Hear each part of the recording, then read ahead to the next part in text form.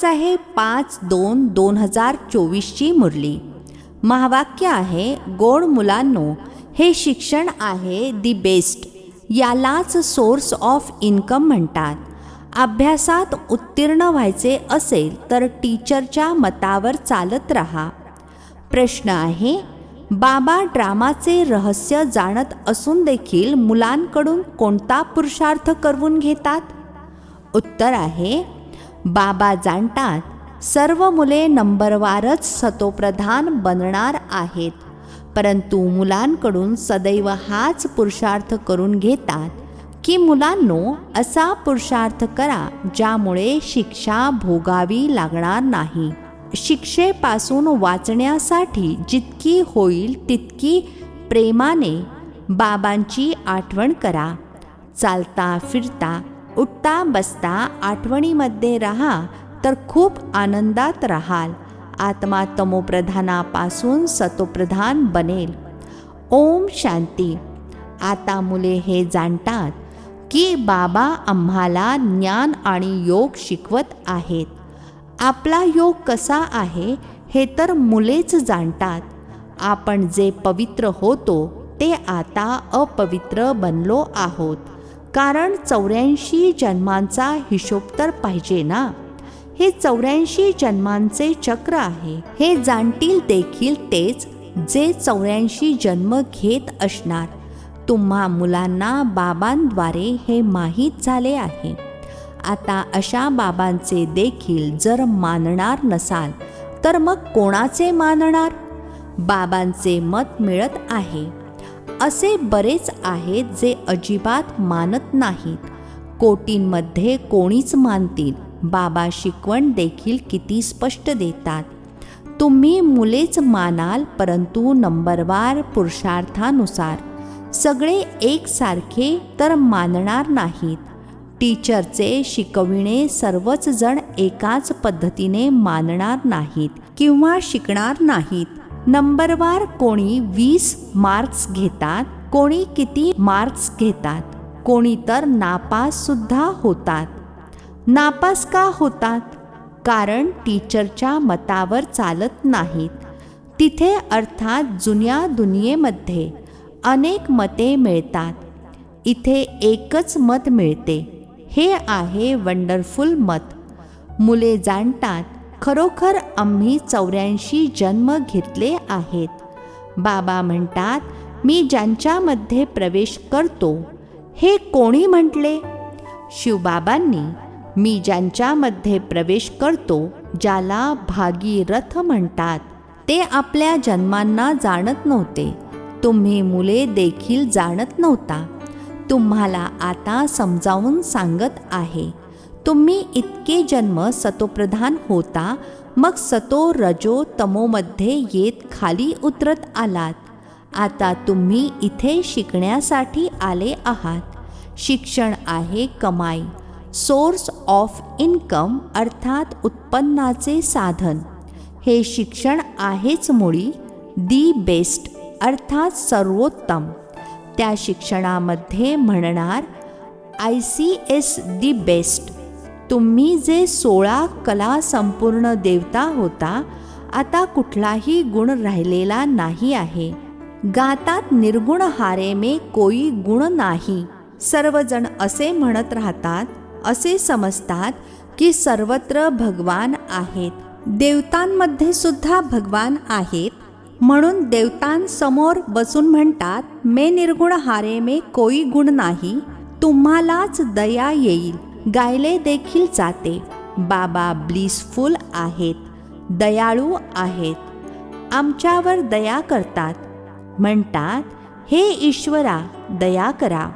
बाबांना बोलावतात. आता तेच बाबा तुमच्या समोर आले आहेत. अशा बाबांना जे जाणतात त्यांना किती आनंद झाला पाहिजे. बेहदचे बाबा जे आम्हाला दर 5000 वर्षांनंतर पुन्हा संपूर्ण विश्वाची राजाई देतात, तर किती असीम आनंद झाला पाहिजे. तुम्ही जाणता आम्ही श्रीमतावर श्रेष्ठ ते श्रेष्ठ बनत आहोत. जर श्रीमतावर चालाल तर श्रेष्ठ बनाल. अर्धा कल्प रावणाचे मत चालते. बाबा किती चांगल्या रीतीने समजावून सांगत राहतात.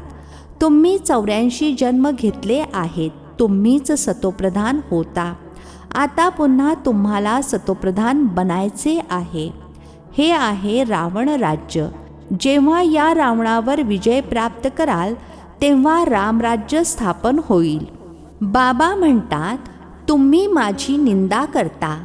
बाबांच्या नावाची महिमा करण्याऐवजी निंदा करतात. बाबा म्हणतात, तुम्ही माझे किती अपकार केले आहेत. हा देखील ड्रामा पूर्वनियोजित आहे. आता हे सर्व स्पष्टीकरण दिले जात आहे की या सर्व गोष्टींमधून बाहेर पडा. एकाचीच आठवण करा. गायन देखील आहे, सतसंग तारे कुसंग बोरे. 21 जन्मांकरिता. मग बुडवणारा कोण? तुम्हाला समुद्रामध्ये कोणी बुडवले? मुलांनाच प्रश्न विचारतील ना. तुम्ही जाणता माझेच नाव बागवान खिवय्या अर्थात माळी नावाडी आहे. अर्थ न समजल्या कारणामुळे बेहदच्या बाबांची खूप निंदा केली आहे. मग बेहदचे बाबा त्यांना बेहदचे सुख देतात. अपकार करणाऱ्यावर उपकार करतात. ते अर्थात दुनियावाले समजत नाही की आम्ही अपकार करत आहोत. मोठ्या आनंदात म्हणतात, ईश्वर सर्वव्यापी आहे. आता असे तर होऊ शकत नाही. प्रत्येकाला आपला आपला पार्ट मिळालेला आहे. हे सुद्धा तुम्ही जाणता. जेव्हा देवी देवतांचे राज्य होते तेव्हा दुसरे कुठलेही राज्य नव्हते. भारत सतोप्रधान होता. आता आहे तमोप्रधान. बाबा येतातच दुनियेला सतोप्रधान करण्यासाठी. ते देखील तुम्हा मुलांनाच माहीत आहे. साऱ्या दुनियेला जर माहीत झाले तर इथे शिकण्यासाठी कसे येतील? तर तुम्हा मुलांना अतिशय आनंद व्हायला हवा. खुशीसारखा खुराक नाही. सतयुगामध्ये तुम्ही अतिशय आनंदात असता. देवतांचे खाणे पिणे इत्यादी अत्यल्प असते. भरपूर आनंदात असतात. आता तुम्हाला आनंद मिळत आहे. तुम्ही जाणता आपण सतोप्रधान होतो. आता बाबा पुन्हा आम्हाला अशी फर्स्ट क्लास युक्ती सांगतात. गीतेमध्ये देखील सर्वात पहिला शब्द आहे मनमना भव. हा गीता एपिसोड आहे ना. गीतेमध्ये श्रीकृष्णाचे नाव घालून सगळा गोंधळ करून ठेवला आहे. तो आहे भक्ती मार्ग. बाबा देखील नॉलेज समजावून सांगतात. यामध्ये कुठली कटकटीची गोष्ट नाहीये. फक्त तमोप्रधानापासून सतोप्रधान बनायचे आहे. ही तमोप्रधान दुनिया आहे. कलियुगामध्ये पहा मनुष्यांची काय हालत झाली आहे. लोकसंख्या प्रचंड झाली आहे. सतयुगामध्ये एक धर्म, एक भाषा आणि एकच मुलगा असतो. एकच राज्य चालते. हा ड्रामा पूर्वनियोजित आहे. तर एक आहे सृष्टीचक्राचे ज्ञान. दुसरा आहे योग. ज्ञानाची रंगपंचमी आणि होळी. मुख्य गोष्ट बाबा समजावून सांगत आहेत. यावेळी सर्वांची तमोप्रधान जडजडीभूत अवस्था आहे. विनाश समोर उभा आहे. आता बाबा म्हणतात, तुम्ही मला बोलावलेच आहे की आम्हाला पावन बनविण्यासाठी या. तुम्ही पतित बनले आहात. पतित पावन तर मलाच म्हणतात. आता माझ्यासोबत योग लावा.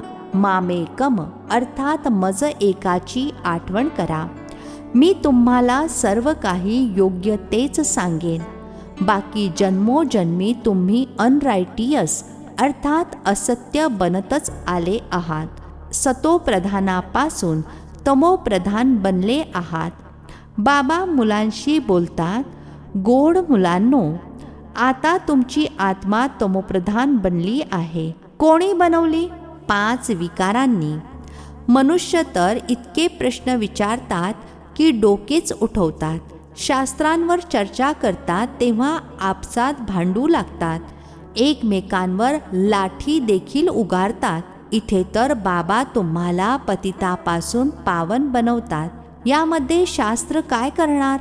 पावन तर बनायचे आहे ना. कलियुगानंतर मग सतयुग जरूर यायचे आहे. सतोप्रधान देखील जरूर बनायचे आहे. बाबा म्हणतात स्वतःला आत्मा समजा. तुमची आत्मा तमोप्रधान बनली आहे, त्यामुळे शरीरसुद्धा तमोप्रधान मिळते. सोने जितक्या कॅरेटचे असेल, दागिनासुद्धा तसाच बनतो. भेसळ होते ना. आता तुम्हाला 24 कॅरेट सोने बनायचे आहे. देही अभिमानी भव. देह अभिमानामध्ये आल्याने तुम्ही घाणेरडे बनले आहात. कसलाच आनंद नाहीये. आजार, रोगराई इत्यादी सर्व काही आहे. आता पतित पावन मीच आहे. मला तुम्ही बोलावले आहे. मी काही साधू संत वगैरे नाहीये. कोणी येतात तर म्हणतात गुरुजींचे दर्शन करवा. तुम्ही बोला इथे गुरुजी तर नाही आहेत आणि दर्शनाने देखील काही फायदा होणार नाही. बाबा तर प्रत्येक गोष्ट सोपी करून समजावून सांगतात. जेवढी आठवण कराल तितके तमोप्रधान पासून सतोप्रधान बनाल आणि मग देवता बनाल. तुम्ही इथे पुन्हा देवता सतोप्रधान बनण्यासाठी आले आहात. बाबा म्हणतात माझी आठवण केल्याने तुमच्यावरील गंज निघून जाईल. सतोप्रधान बनाल. पुरुषार्थ केल्यानेच बनणार ना. उठता बसता चालता फिरता बाबांची आठवण करा. स्नान करताना बाबांची आठवण करू शकत नाही काय? स्वतःला आत्मा समजून बाबांची आठवण करा तर गंज निघून जाईल आणि आनंदाचा पारा चढेल. तुम्हाला किती धन देतो. तुम्ही आले आहात विश्वाचा मालक बनण्यासाठी. तिथे अर्थात सतयुगामध्ये तुम्ही सोन्याचे महाल बनवाल. किती हिरे माणके असतील. भक्तीमध्ये जी मंदिरे बनवतात त्यामध्ये किती हिरे माणके असतात. बरेच राजे मंदिर बनवतात. इतके सोने हिरे कुठून येतात? आता तर नाहीये. हा ड्रामा देखील तुम्ही जाणता की चक्र कसे फिरते. हे बसेल देखील त्यांच्याच बुद्धीमध्ये ज्यांनी सर्वात जास्त भक्ती केली आहे. नंबरवारच समजणार. हे माहीत पडेल की कोण जास्त सेवा करतात, खूप आनंदात राहतात, योगामध्ये राहतात. अशी अवस्था शेवटी होईल. योगसुद्धा जरुरी आहे. सतोप्रधान बनायचे आहे. बाबा आले आहेत तर त्यांच्याकडून वारसा घ्यायचा आहे. हे अर्थात ब्रह्मा बाबा देखील म्हणतात बाबा तर माझ्या सोबत आहेत.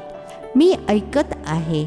तुम्हाला ऐकवतात तर मी सुद्धा ऐकत जातो. कोणाला तरी ऐकवणारच ना. ज्ञान अमृताचा कलश तुम्हा मातांना मिळतो. माता मग सर्वांना वाटतात, सेवा करतात. तुम्ही सर्व सीता आहात. राम एकच आहे. तुम्ही सर्व ब्राइड्स अर्थात वधू आहात. मी आहे ब्राइड ग्रूम अर्थात नवरदेव. तुमचा शृंगार करून सासरी पाठवून देतात. गातात देखील बापों का बाप है, पतियों का पती है. एका बाजूला महिमा करतात, दुसऱ्या बाजूला निंदा करतात. शिवबाबांची महिमा वेगळी आहे. श्रीकृष्णाची महिमा वेगळी आहे. सर्वांची पोझिशन अर्थात पद वेगळे वेगळे आहे. इथे अर्थात भक्तीमध्ये सर्वांना एकत्र करून टाकले आहे. अंधेर नगरी चौपट राज, टकेसिर भाजी टकेसिर खाजा. तुम्ही आता बाबांचे बनले आहात. शिवबाबांची नातवंडे आहात. तुम्हा सर्वांचा हक्क आहे. या बाबांकडे अर्थात ब्रह्मा बाबांकडे तर कोणतीही प्रॉपर्टी नाहीये. प्रॉपर्टी मिळते हदची आणि बेहदची. तिसरा कोणीही नाही ज्याच्याकडून वारसा मिळेल. हे अर्थात ब्रह्मा बाबा म्हणतात मी सुद्धा त्यांच्याकडून वारसा घेतो. पारलौकिक परमपिता परमात्म्याची सर्वजण आठवण करतात. सतयुगामध्ये आठवण करत नाहीत.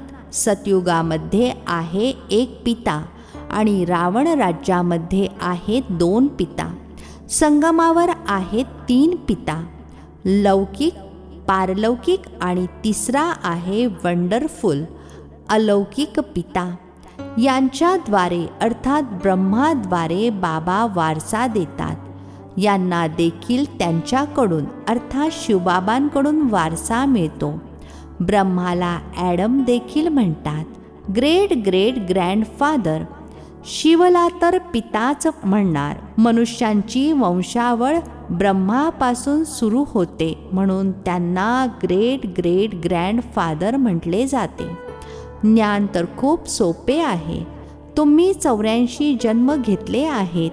समजावून सांगण्यासाठी चित्रसुद्धा आहेत. आता यामध्ये उलटे सुलटे प्रश्न विचारण्याची आवश्यकता नाही. ऋषी मुनींना देखील विचारत होते तर ते देखील नेती नेती म्हणत होते. आता बाबा येऊन आपला परिचय देतात तर अशा बाबांची किती प्रेमाने आठवण केली पाहिजे. आता हळूहळू तुम्ही मुले वर चढत आहात, अर्थात उन्नती करत आहात ड्रामा अनुसार. कल्पकल्प नंबरवार कोणी सतोप्रधान, सतो रजो तमो बनतात. मग त्या अनुसारच तिथे अर्थात सतयुगामध्ये पद मिळते. म्हणून बाबा म्हणतात, मुलांनो चांगल्या रीतीने पुरुषार्थ करा जेणेकरून शिक्षा भोगावी लागणार नाही. पुरुषार्थ जरूर करून घेतात. भले समजतात की बनणार तर तेच जे कल्पापूर्वी बनले होते, परंतु पुरुषार्थ जरूर करून घेणार. जे जवळ असतात तेच पूजा देखील चांगल्या रीतीने करतात. सर्वात पहिली तुम्ही माझीच पूजा करता, नंतर मग देवतांची पूजा करता. आता तुम्हाला देवता बनायचे आहे. तुम्ही आपले राज्य योगबलाने स्थापन करत आहात. योगबलाने तुम्ही विश्वाची बादशाही घेता.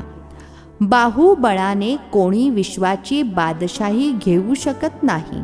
ती लोक अर्थात दुनियावाले भावाभावाची आपसामध्ये भांडणे लावून देतात. किती दारू गोळा बनवतात. उधारीवर एकमेकांना देत राहतात. दारू गोळा आहेच विनाशासाठी, परंतु हे कोणाच्याही लक्षात येत नाही. कारण ते कल्प लाखो वर्षांचे आहे असे समजतात. घोर अंधारामध्ये आहेत. विनाश होईल आणि सर्व कुंभकर्णाच्या निद्रेमध्ये झोपून राहतील, जागे होणार नाहीत. आता तुम्ही जागे झाले आहात. बाबा आहेतच जागती ज्योत, नॉलेजफुल. तुम्हा मुलांना आप समान बनवतात. ती आहे भक्ती, हे आहे ज्ञान. ज्ञानामुळे तुम्ही सुखी बनता. तुम्हाला वाटले पाहिजे की आपण पुन्हा सतोप्रधान बनत आहोत. बाबांची आठवण करायची आहे. यालाच म्हटले जाते बेहदचा संन्यास. ही जुनी दुनिया तर विनाश होणार आहे. नैसर्गिक आपत्ती देखील मदत करतात. त्यावेळेस तुम्हाला धड भोजन देखील मिळणार नाही. आम्ही आपल्या खुशीच्या खुराकामध्ये राहणार. तुम्ही जाणता हे सर्व नष्ट होणार आहे. यामध्ये गोंधळून जाण्याची गरज नाही. मी येतोच तुम्हा मुलांना पुन्हा सतोप्रधान बनविण्यासाठी. हे तर कल्पकल्पाचे माझेच काम आहे. अच्छा, गोड गोड खूप खूप वर्षांनंतर भेटलेल्या मुलांप्रती मात पिता बापदादांची प्रेमपूर्वक आठवण आणि सुप्रभात. आत्मिक पित्याचा आत्मिक मुलांना नमस्ते. आम्हा आत्मिक मुलांचाही आत्मिक पित्याला नमस्ते. धारणेसाठी मुख्य सारांश आहे. पहिला पॉइंट आहे, स्वयं भगवान आपल्यावर मेहरबान झाले आहेत. ते आम्हाला शिकवत आहेत.